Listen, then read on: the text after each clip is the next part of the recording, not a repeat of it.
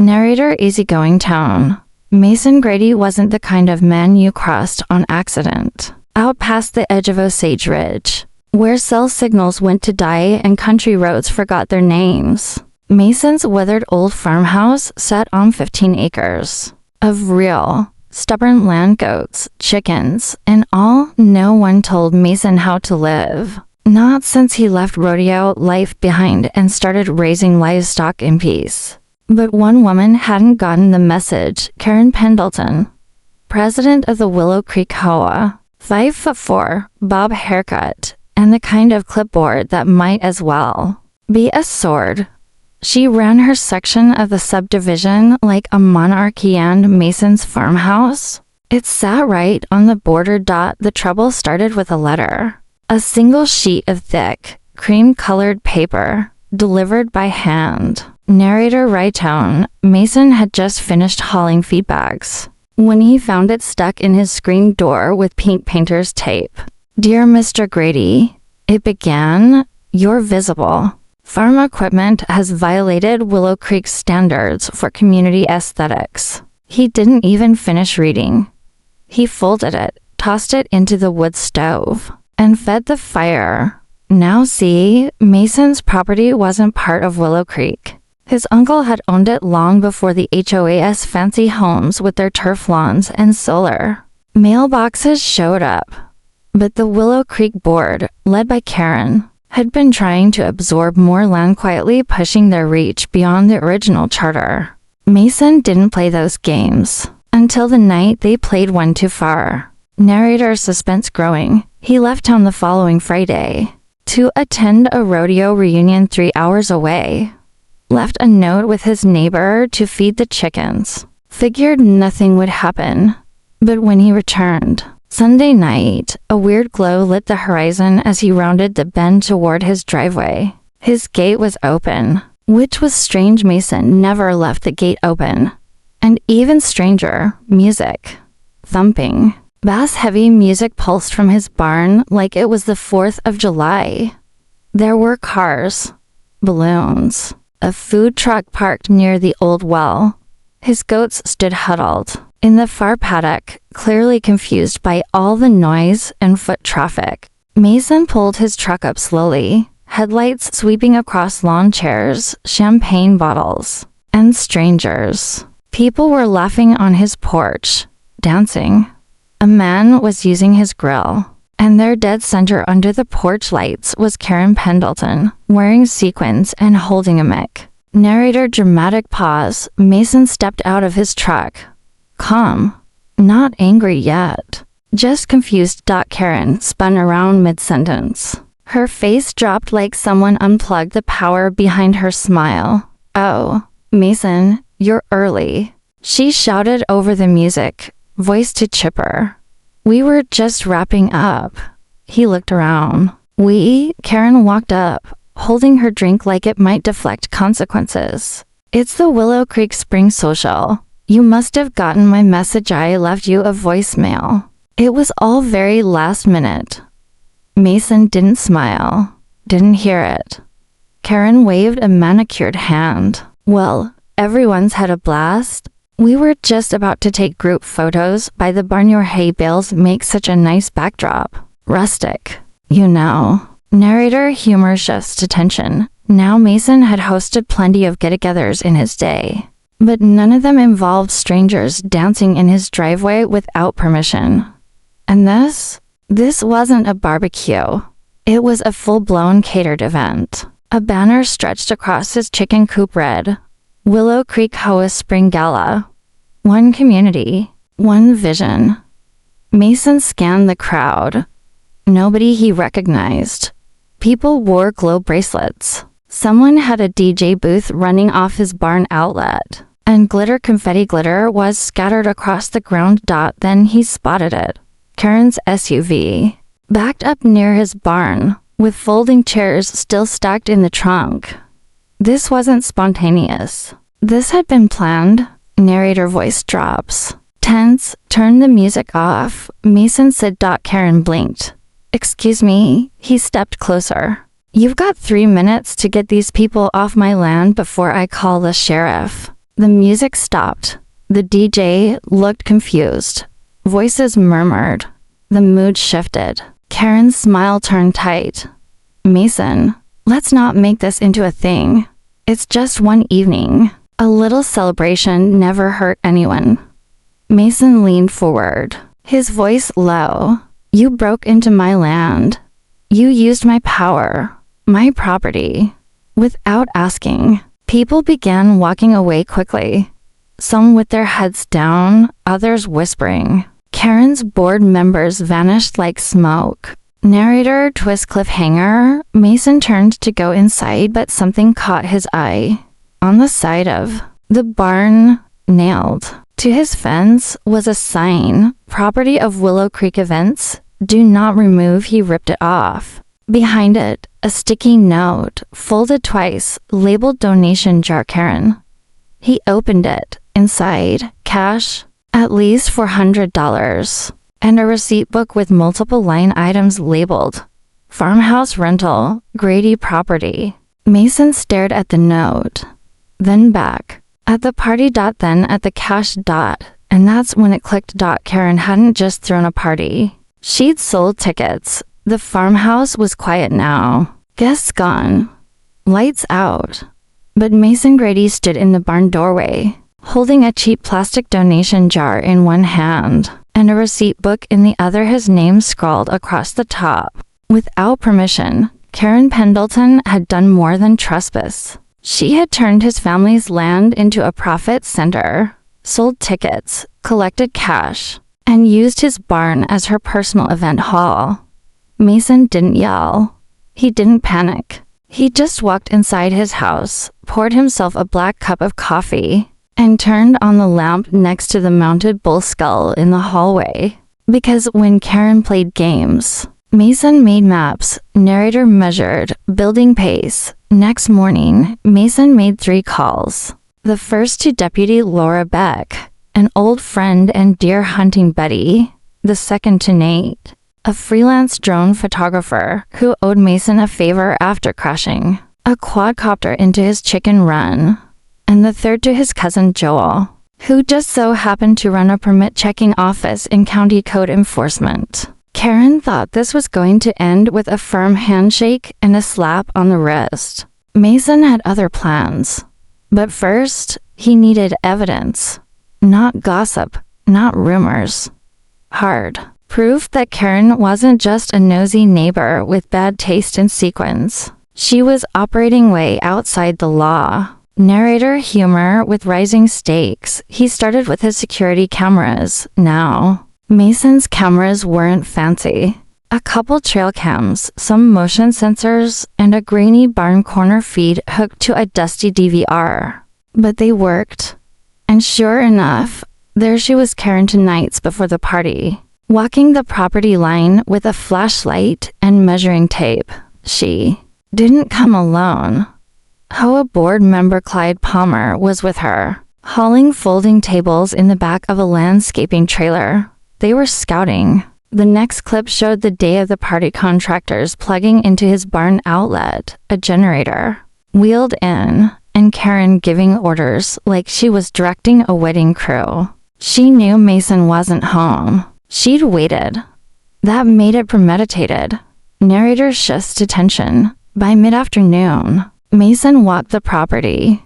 Everywhere he turned, he found remnants of the park napkins stuffed in goat feeders. Half-empty bottles in the trough, pink. Glitter stuck to the rooster's tail. Elvis, his rooster, wasn't pleased. But it was the receipts that told the real story. Karen had paid vendors under the name Willow Creek HOA Gala Committee, and she'd collected more than donations, $40 a head, according to a flyer left behind on a chair. Mason did the math.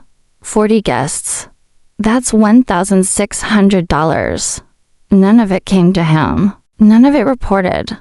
Which meant this wasn't an HOA event. It was fraud. Narrator dry tone. Karen Pendleton didn't throw a party.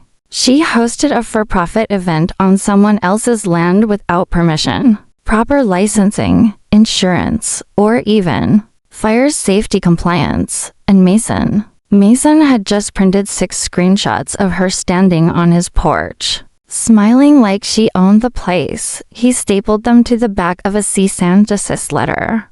Narrator moment builds slowly. That afternoon, Mason drove to the Willow Creek HOA clubhouse. It was closed, but the bulletin board was unlocked. He tacked up one photo, Karen under his porch lights. He pinned a copy of the farmhouse rental receipt underneath. Then he wrote, in bold black marker, "This woman sold party. Tickets on land she doesn't own. Property owner has filed formal complaint. Stay tuned." He didn't sign it. Didn't have to. Within 12 hours, the post was on the neighborhood Facebook group, Nextdoor app, and even circled in red pen on several mailboxes. Karen's glitter trail was turning into BREADCRUMBS.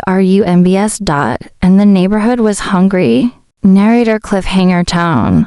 That evening, as Mason was washing the dust off his boots, a dark sedan pulled up to his driveway. He expected Karen, but it wasn't her. It was Clyde Palmer, the same HOA board member from the barn footage. He stepped out, awkwardly holding a bakery box. "Hey, Mason," he muttered, eyes down. "Didn't know you were back early. Karen wasn't trying to upset you or anything. She just said you'd be fine with it. You know how she is." Mason said nothing. Clyde offered the box. "Blueberry pie from the clubhouse kitchen. Karen told me to drop it off. Said she wants to talk." Mason stared at the pie like it was ticking. He didn't touch it. Didn't say a word. Just closed the screen door in Clyde's face. By Monday morning, the Willow Creek Facebook page was a digital war zone. One post. One photo. That's all it took. Karen Pendleton's glitter-covered party had gone viral within the community. Anyway, Mason's snapshot of her under his porch. Lights had been screenshotted more than a dozen times. Captioned with everything from "Is this legal?" to "Why is HOA money being spent on barn parties?" Karen, meanwhile, had gone quiet. No new posts. No peppy event recaps. Not even a morning walk with her Pomeranian. Toast. But Mason knew silence didn't mean surrender. It meant she was regrouping. And sure enough, by noon, he got a message from his cousin Joel, the one in county enforcement. Karen just pulled the HOA's event filing permits from last year. The message said, "Looks like she's trying to backdate approvals." Narrator, dryly amused. Backdating permits wasn't clever. It was panicked. Karen knew she was exposed. And now she was trying to patch holes in a sinking ship. And Mason, he had no intention of letting her plug those holes. That's why, that night, Mason parked his truck 2 blocks from the Willow Creek Community Clubhouse and walked the rest of the way quiet, unannounced, with a ball cap low over his brow. Karen had called a closed-door HOA emergency meeting. No homeowners allowed. No press. But Mason had no interest in going inside. He already had someone there. Narrator, with a smirk. See, the thing about Karen's inner circle was, they weren't all that loyal. Especially not when they realized she'd made them accomplices in illegal property use. Board member number 3, Susan Whitaker, had messaged Mason earlier that day with a single sentence. "You might want to hear what's said. Tonight, I'll wear a red scarf." And she did.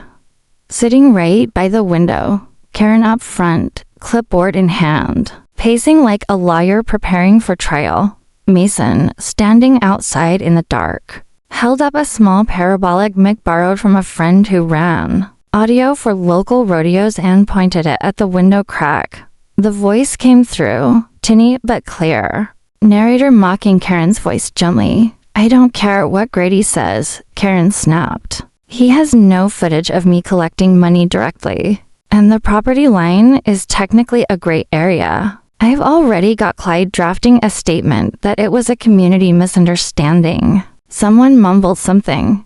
Karen again.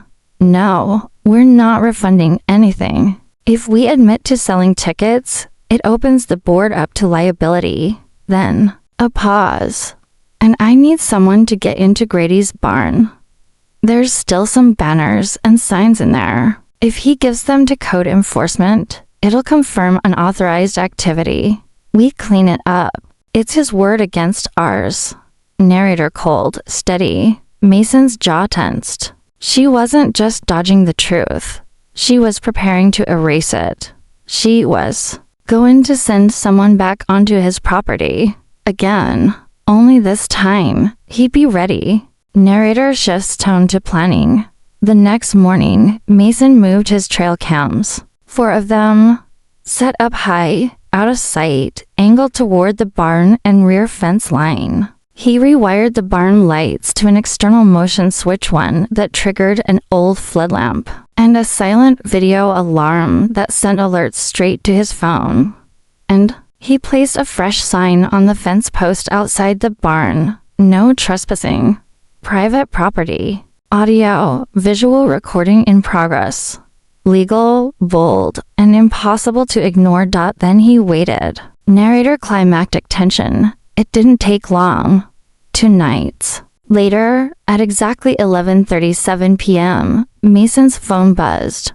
Motion detected, East Barn. He slipped on his boots, grabbed his flashlight, and walked the property line in silence. When he rounded the barn, he stopped dead in his tracks. There, crouched by the old compost bin, flashlight in hand, was none other than Clyde Palmer, the same HOA lackey who'd delivered Karen's peace offering pie. Clyde froze, halfway through trying to pry open a plastic tub marked tools. Evening, Mason said. Clyde dropped the flashlight.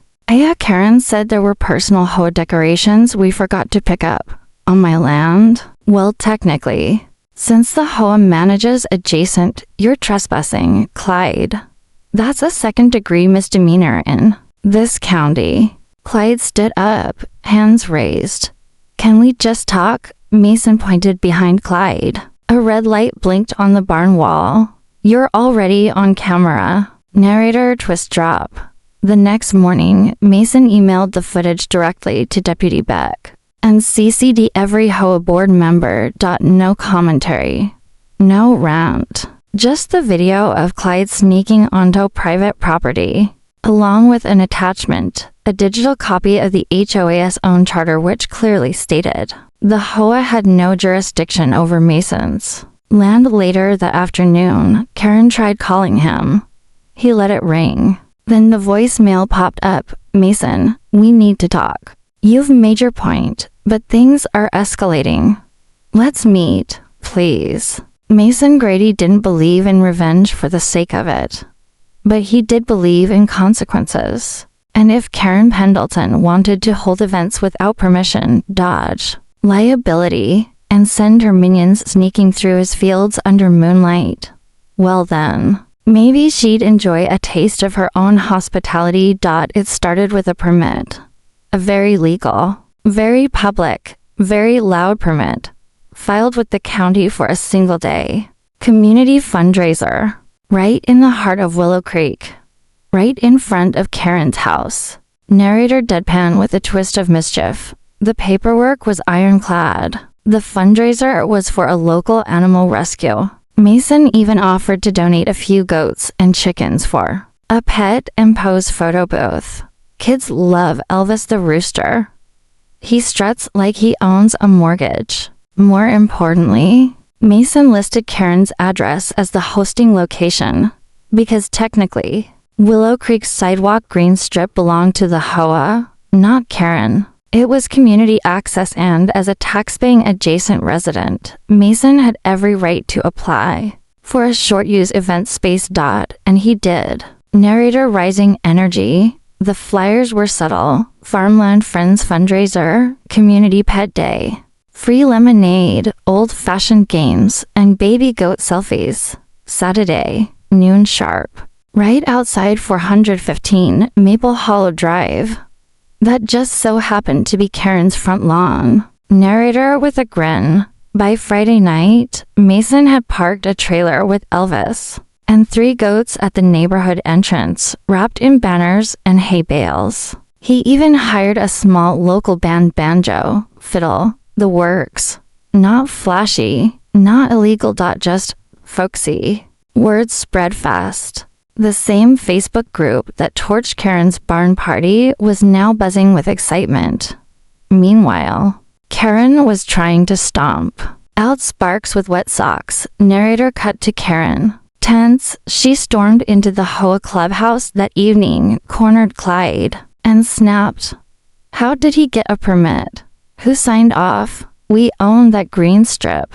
Clyde, red-faced, replied, no. The HOA maintains it, but it's classified as a shared utility easement. We can't deny a county-approved event. Karen's eye twitched. Then revoke it. We can't. It's public. He even filed for insurance coverage. It's legal. Karen marched out, muttering something about code violations and animal waste. Narrator next morning. Saturday arrived. By noon, 10 cars were parked along the curb.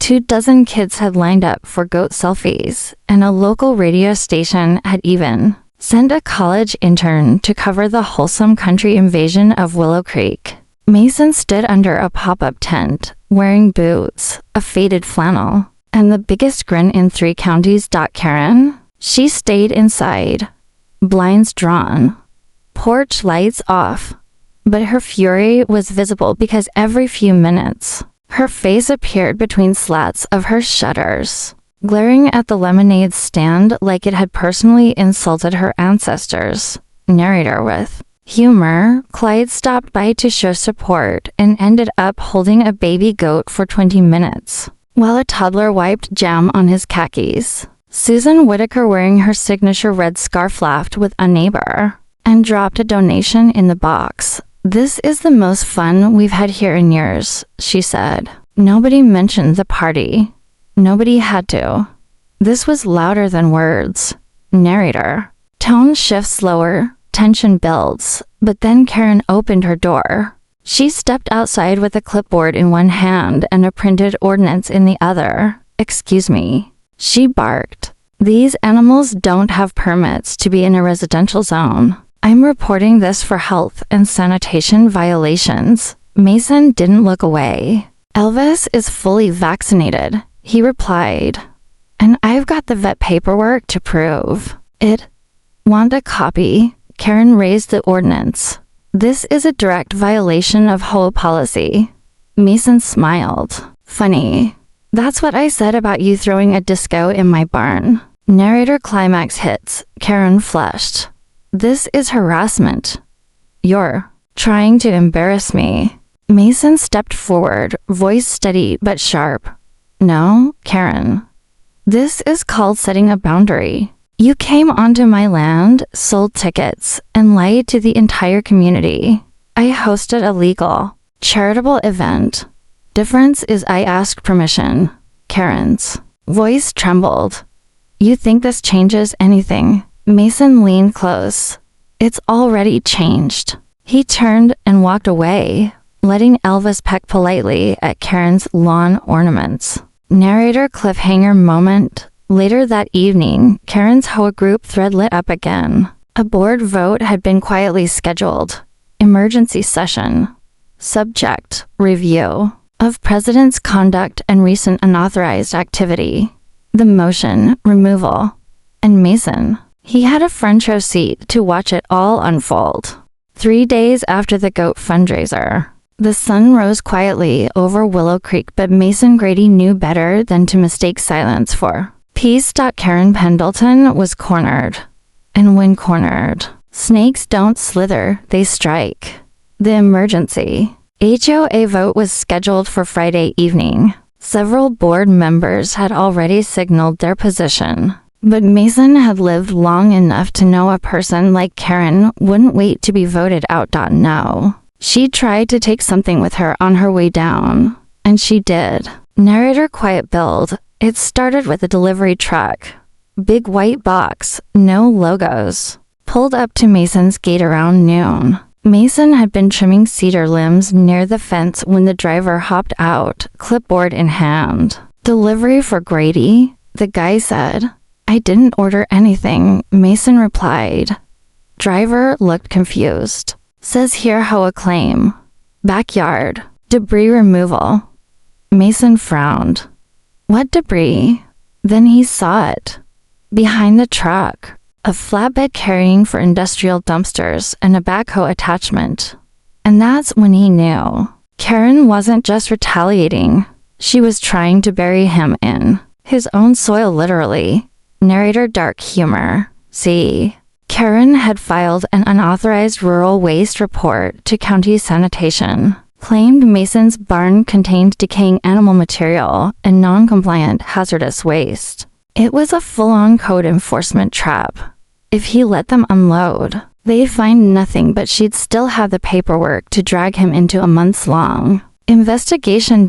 If he stopped them, she could claim obstruction. It was Karen's sloppiest move yet, but it was loud. Mason didn't blink. He took out his phone, hit record, and calmly said, "State your name and who signed for this removal." The driver hesitated. Karen Pendleton. Says she's HOA lead. Mason nodded, then stepped in front of the truck's path. Well, you're trespassing. And unless you've got a warrant or a badge, you're gonna turn around real polite like. Narrator builds tension. The driver called someone Mason. Assumed it was Karen, but after a few grumbles, he packed up and left. No harm done. Yet. But Mason had what he needed. Footage, names, dates, and a paper trail. He drove straight to the county's zoning office with the video and a folder full of receipts his own. Not Karen's, proving every corner of his property was clean, registered, and up to code. The official at the desk looked at the footage and sighed. That's the third complaint we've gotten tied to this HOA in the past year, she muttered. Mason didn't respond. He just tapped the form on the counter. File it, he said. Let's put it on record. Narrator shift to stormy tone. That night, thunder rolled over Osage Ridge. The kind of slow-moving storm that echoes through wood planks and whispers. Under doors. Mason sat by the window, coffee mug in hand, watching rain streak the porch rail. Elvis the rooster had taken shelter in the barn. The goats were quiet. But then, Mason saw headlights through the trees. One car. No lights on, rolling slow down the gravel path to his fence. He didn't move. Didn't rush for a flashlight or boots. He just leaned back, quietly flipped the safety off the old double barrel that stayed by the door, and waited. The car never reached the porch. It reversed, tires spitting gravel. Gone. Narrator suspense deepens. Next morning, Mason found something stuck in his mailbox, a single sheet of paper, typewritten. This is the cost of pushing too far. Back off the board vote. Drop the footage. Or the next delivery won't be so easy to stop. No name. No signature. No fingerprints, thanks to the rain. But Mason didn't need a name. He knew exactly whose tone was all over that threat. Karen hadn't just overstepped this time. She tried intimidation. On his land, narrator climax tone, Mason didn't call the sheriff. Not yet. Instead, he called Susan Whitaker, still planning to vote this Friday. Susan was quiet for a long second. Then she said, "Absolutely." Mason nodded. "Good, I'm showing up." "You sure that's a good idea?" "No," Mason said, "but it's the right one." He didn't tell her about the note. Didn't need to. What mattered now wasn't just clearing his name. It was ending hers in front of the entire board. The Willow Creek HOA boardroom was too small for what was coming. It had folding chairs, a discount Keurig, and one long fake wood table that wobbled if you leaned too hard. But tonight, it might as well have been a courtroom. Mason Grady stood by the window, arms crossed. He wasn't part of the HOA. Didn't have a vote, but they couldn't keep him out. Not after what Karen Pendleton had pulled, and certainly not after what she tried to pull last night. And Karen She walked in wearing a silk blazer and a frozen smile that fooled no one. She looked like a pageant queen marching into a deposition. The seats were full. Half the neighborhood had shown up to watch. Narrator, calm before storm. Susan Whitaker banged the tiny gavel at thrift. Store prop they'd used for years. This meeting is called to order, she said. On the agenda tonight, motion for board removal vote under clause 4.3 leadership misconduct. Karen cleared her throat. I'd like to issue a formal objection before anything proceeds, she said. There's been a campaign of harassment against me, all led by a non-member of this HOA. Mason didn't flinch. Karen continued. The property owner in question, Mr. Grady, has trespassed into board business, posted defamatory materials, and coordinated unauthorized events meant to disrupt HOA function. Susan raised an eyebrow. You're talking about the community goat day. Karen blinked. I'm talking about the larger context. Narrator smirking. That's when Clyde Palmer raised his hand. Karen, did you or did you not authorize the spring gala on Mr. Grady's property without his written consent? Karen gave him a tight smile. There was implied consent. He didn't say no. A small gasp rippled through the crowd. Susan leaned forward. Karen, do you have any documentation showing that Mr. Grady agreed to host the event? Silence. Susan again. Any emails, texts, a contract? Karen's lips tightened. I left him a voicemail. He never objected. Mason pulled a USB stick from his coat and slid it down the table. Play that voicemail, he said calmly. Narrator's shift to drama. The audio filled the room.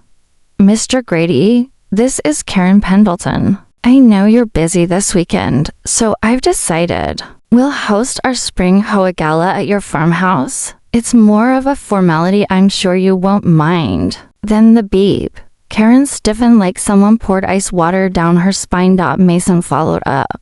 And here's the footage of your assistant entering my barn the night before. And again tonight after the party, trying to remove the signs. I've got timestamps and a signed affidavit from the man who was caught. All eyes turned to Clyde. He raised his hand weakly. That part's true. Narrator climax builds. Susan took a deep breath. Karen, did you direct Clyde to return to Mr. Grady's property? Without permission, Karen's voice wavered. I misunderstood. He volunteered. Did you file a fraudulent sanitation complaint to the county? Karen froze. No. I raised concerns about waste disposal. That's standard. Mason unfolded a copy of the complaint, circled in red with the phrase anonymous tip. County traced the call to your HOA office line, he said. Narrator final twist in motion. Before Karen could speak again, a voice rose from the back of the room. I'd like to speak. All heads turned. Deputy Laura Beck stepped forward, badge visible on her belt. Calm, direct, no smile. I'm here on behalf of county law enforcement. Mr. Grady filed 3 formal reports over the past 2 weeks: criminal trespassing, false claims, and attempted harassment through misuse of civic systems. Karen visibly paled. Laura continued, we've been building a case. Tonight, I'm confirming that an investigation is active, and that any additional retaliation will be treated as targeted harassment. Karen sank back into her chair, silent. Narrator slow motion feel. Susan leaned over the table. All those in favor of removal. One hand. Then then every hand but Karen's. Susan spoke softly, but clearly. Motion pauses, effective immediately. Karen Pendleton is removed as HOA president. Silence followed. A kind of hollow silence, like air leaving a room. Karen didn't speak. She just stood, slowly, gathered her clipboard, and walked out without saying a word. Narrator calm reflection. Outside, the breeze had picked up. Mason stepped out as the Others dispersed, stars overhead and gravel crunching under boots. Susan joined him. "She won't be back," she said. "No," Mason replied. "But her glitter's still in my barn." Susan chuckled. "I'll bring a broom." 3 days after Karen Pendleton's dramatic fall from HOA power, Mason Grady thought the dust had finally settled. The neighborhood was quiet. The board had moved on. And even Elvis, his rooster, had stopped strutting around like he'd won a trophy. But just when Mason started thinking peace had returned, a knock landed on his farmhouse door, slow, deliberate, and unexpected. Standing on the porch wasn't a board member, or a sheriff, or even Clyde Dott. It was a delivery man, dressed in plain khakis, holding a yellow envelope with no return address. "Mr. Grady?" the man asked. "Depends who's asking," Mason said, squinting. "I was told to bring this to you personally." Said it was prepaid. Came from an attorney's office. Mason took the envelope, thanked him, and watched the truck drive away. Then, he turned it over. The name on the seal, K. Pendleton. Narrator curious tension. Mason didn't open it right away. He set it on the kitchen table, poured himself coffee, and stared at it for 5 solid minutes. Then he slid his thumb under the flap and pulled out 4 sheets of paper, dot-typed, clean. But what was on them? That wasn't clean at all. The first page was a copy of a land annexation proposal, one that had been submitted to the county 6 months ago and denied. It showed a plan to absorb Mason's property into the Willow Creek HOA charter. The second page, a business license application filed under Willow Creek Event and Venue Services LLC. Mason's barn address was listed as the primary venue. The third page was a loan application, a rejected one, in Karen's name, with forged co-signature. Lines one of them, Emmy Grady. Narrator heavy pause. Mason leaned back in his chair. It wasn't just a party. It was a plan. One Karen had been working on for almost a year. She hadn't just borrowed his barn. She'd been building an event business using his land as the centerpiece, hoping to get away with it by sneaking him into the paperwork. If the loan had been approved, if the annexation had passed, she would have owned the narrative, and when he caught wind of it later, it would have been too late. And the fourth page, a handwritten note. Narrator reads slowly. "Mason, by now, I'm sure you've seen everything. I didn't plan for it to spiral like this, but your property is the only thing standing between me and a second chance. I built the Willow Creek image from scratch. I gave these people order. I gave them identity. And I was tired of asking for permission from people who never saw the full picture. Maybe one day, you'll understand why I did it. Maybe not. But if you think I've given up, you don't know me, Karen." Narrator cold. Shift. Mason folded the letter, stood up, and walked it straight to the firewood stove. He opened the cast iron door, fed it page by page into the flames, and didn't say a word as it curled, blackened, and disappeared. He kept the business license, copy, and the forged loan application, not for revenge, but because it proved something even deeper. Karen hadn't just crossed a line. She tried to redraw the map around him. Narrator cut to next day. Mason drove down to the county assessor's office. With the documents in hand, the clerk raised her eyebrows at the paperwork. "Sir, this loan form, it was flagged and denied by our fraud check system months ago. But you're saying you didn't authorize it." "Nope," Mason said. "That's not my signature. And I didn't even know about it until this morning." She shook her head. "Do you want to press charges?" Mason thought about it. Then he thought about Karen's letter. Then he said, "Not yet." Narrator low and focused. He had something else in mind. Back home, Mason walked to the edge of his property. where the HOA's plastic fencing ended and his wooden split trail began. He dug a fresh post hole, cemented in a thick red oak sign, and painted it himself. Private land, not for sale, not for rent. Trespassers will be documented and publicly shamed. Then, under that, in smaller print, in memory of unauthorized event planners, MG Narrator sly tone, setting up finale, Karen had thrown a party. Mason had responded with paperwork, peace, and one unforgettable petting zoo. But the story wasn't over, because while Karen was off the board, she wasn't out of the game. And that envelope, that was her warning shot. The morning after Mason posted his private land sign, word traveled faster than a wildfire through Willow Creek. The neighbors were talking, some quietly over fence lines, others loudly on social media. Karen Pendleton might have lost her position as HOA president, but the echoes of her ambition still lingered in the air, thick as summer humidity. The question on everyone's lips: what would she do next? Narrator slow build. Mason wasn't surprised when the knock came that afternoon. But it wasn't Karen this time. It was two county officers, followed by Deputy Laura Beck. Their faces were serious, but professional.